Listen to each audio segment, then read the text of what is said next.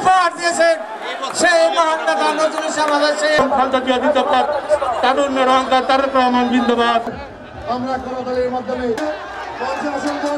জননেতা তারেক রহমান ৩১ দফা বাস্তবায়নের মাধ্যমে যে সুন্দর স্বপ্নের বাংলাদেশ গড়তে চান, যে সুশৃঙ্খল বাংলাদেশ গড়তে চান, আমি আপনাদের সবাইকে নিয়ে, সবাইকে সাথে নিয়ে, কাঁধে কাঁধ মিলিয়ে আগামীর সেই স্বপ্নের সুন্দর বাংলাদেশের সাথে সাথে সুন্দর একটি স্বপ্নের সুশৃঙ্খল আয়োজন করতে চাই।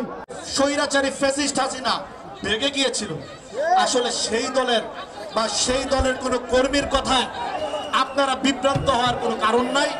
তারা জাস্ট ফুফা, এটা হলো ফুফা অর না। সম্মানিত সভাপতি মায়াবাকি আপনারা বের হয়ে যান।